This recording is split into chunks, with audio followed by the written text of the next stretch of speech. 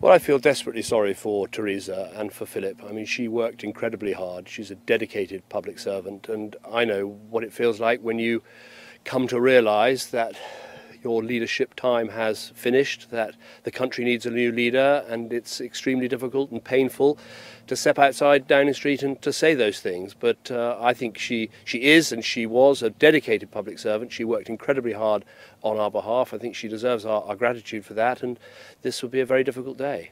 How will... Well, I know that she will feel extremely frustrated, as I think many of us feel frustrated, that ultimately the people who most wanted Brexit in the end wouldn't vote for it. And as she said today, in the end you have to compromise in politics. Compromise is not a dirty word. You have to, you can't always get exactly what you want, and it's a shame that people couldn't see that. You've been there. What's happened today?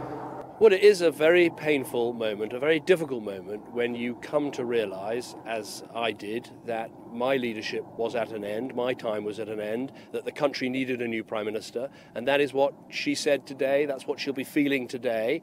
But obviously it is a very big moment, a very sad moment, because she cared passionately about the job and about the country, and she wanted to serve the public just as I did. And when you come to that moment that you know your time is up, it's extremely hard to take.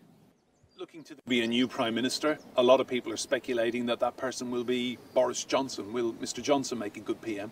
Well, I'm not going to get involved at all in the Conservative leadership race. I think previous Prime Ministers, it's best if they give advice in private and help in private, and that's what I always tried to do with Theresa May and her team. I'm not going to give a running commentary in the future, as I haven't done for the last 3 years, but I wish whoever it is well. They've got a huge job ahead of them. I'll do everything I can to help and give advice behind the scenes if that's sought. And the next Prime Minister,